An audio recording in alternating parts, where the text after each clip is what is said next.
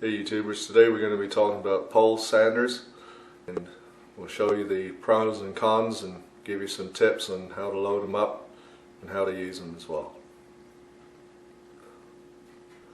One of the biggest problems when using pole sanding head is that they have a tendency to flip and they can damage the wall. We can eliminate this problem in a couple of ways by using good techniques and by picking the right sanding head in the first place. Can help us out a lot. So these are the two models we'll be looking at today. The one on the left is the economy type sanding head that you'll find in pretty much any big box store, and the one on the right is more of a specialty piece of equipment. It's a drywaller's sanding head, and you see it's a bit narrower. It's made of metal and somewhat heavier, probably 3 or 4 times heavier than the one on the left, which is made of plastic. So let's look at a couple of comparisons. If we look at the profile on this plastic model, you'll see that it's a good ½ an inch thick, and then when you look at the drywall model, it's at least half that thickness. You see the rubber pad there is the same, but the profile of the head itself is a lot narrower. Because of this, the metal one has a lower center of gravity and is less likely to flip over. Also, it's a lot heavier. As I mentioned before, the metal one is a good 3 times heavier than the plastic one, and that helps it to stay on the surface that we're trying to sand.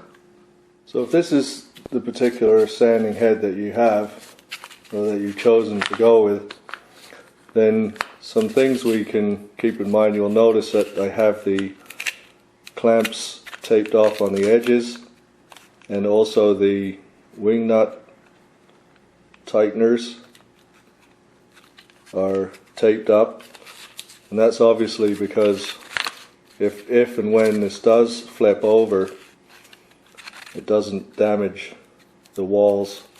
Especially if we have new drywall, it can really scratch up and dent the mud, and so we want to take precautions best we can. So this is how I deal with it. And another thing to remember is that if we try to sand in this motion, if we're going up and down, this is where it has the greater likelihood of tipping over. And so what we want to do is sand vertically this way, or horizontally this way. Go with the length of the sanding head, and then there's less likelihood that it will flip.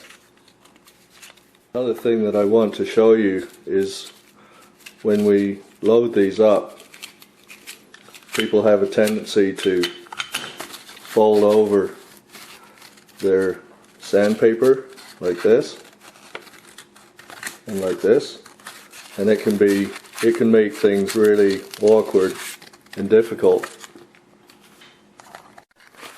So if you have sheet sandpaper, if you cut the sheet in half lengthwise, you'll have the perfect length to fit into the sanding head. You won't have to mess around at all. And I'll just demonstrate how this works. You just put the one end in up until it touches the screw, and then you tighten that up. And then what you'll find is you'll have just the right amount to fit into the other end under the other clamp, and you'll find that it touches the screw on the other end, and you just tighten down accordingly and you have a perfect fit. Now I'll demonstrate how to replace the paper on the drywall sanding head. What I like to do is take the nuts right off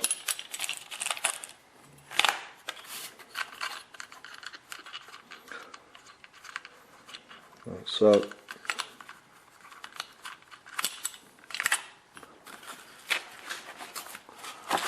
take off the paper.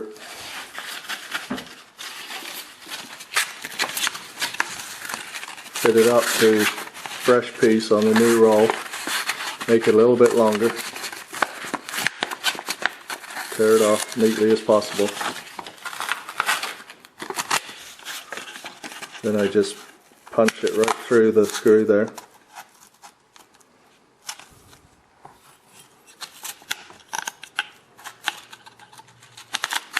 Put the clamp down.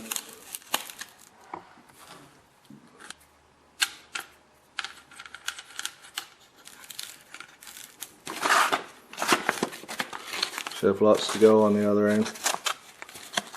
Just push that down like so. And place on your clamp.